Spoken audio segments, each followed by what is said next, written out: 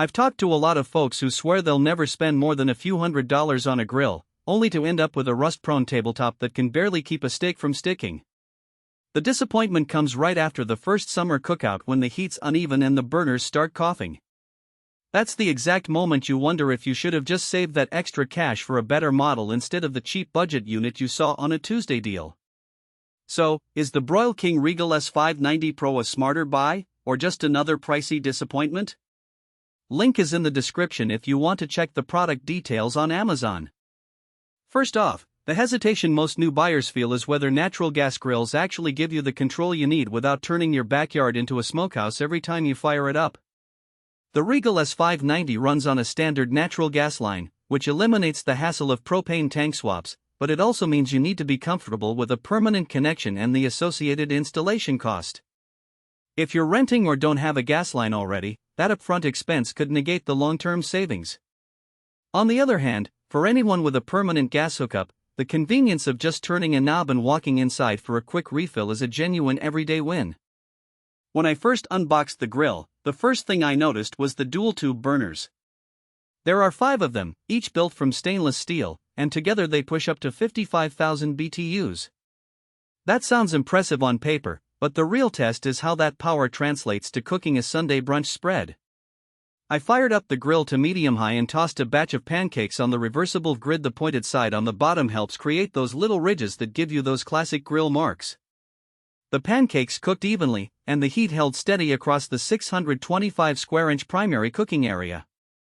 That's a lot of room, meaning you can sear a slab of chicken on one side while crisping up vegetables on another without crowding the grill. One of the hidden trade-offs I discovered is the side burner. It's rated at 10,000 BTUs, which is perfect for a quick sauce or a side of sautéed mushrooms. However, the flame sits directly beneath the main cooking surface, so you need to be mindful of how much liquid you pour onto it. A thick, heavy-bodied pot can cause flare-ups that momentarily spike the heat on the adjacent main burners. In practice, I found that using a lighter skillet for side dishes works best, and keeping a small splash guard handy prevents accidental drips from turning into an unintended flare-up. The rear burner, clocking in at 15,000 BTUs, is another practical feature that doesn't get much fanfare. It's ideal for a low and slow roast, think a whole turkey or a pork shoulder. I set the rear burner to a low simmer while the main burners roasted a rack of ribs on the opposite side. The result was a nicely browned exterior on the ribs while the pork shoulder cooked through without drying out. That kind of versatility is hard to find on many grills at this price point, and it's exactly the kind of real-world cooking scenario that separates a functional grill from a novelty. Now, who should buy this thing? If you're an avid backyard chef who likes to handle multiple dishes at once, say, a steak, a vegetable medley, and a side sauce, this 5-burner layout makes sense. The large cooking area gives you room to experiment with indirect cooking as well, which is a big plus if you enjoy smoking meat or using wood chips. Homeowners who already have natural gas on site will appreciate the reduced ongoing fuel cost and the convenience of not hauling propane tanks around. The Made in North America badge also suggests you'll have easier access to replacement parts or service, which can be a lifesaver after a few years of heavy use. Conversely, this grill isn't the best pick for renters, folks without a gas line, or anyone who only fires up the grill a few times a year. The initial installation cost could outweigh the benefits, and the 5-burner layout may feel overkill for someone who just wants to grill a few burgers on a weekend.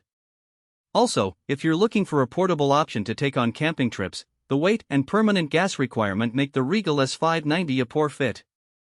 In terms of strengths, the most tangible is the Flavor Wave cooking system.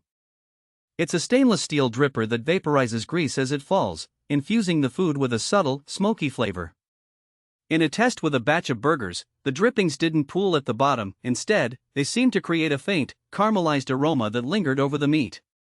The reversible grids also add a practical edge. You can flip them to a pointed side for searing or to a flat side for pancakes and delicate fish, saving you from buying a separate griddle.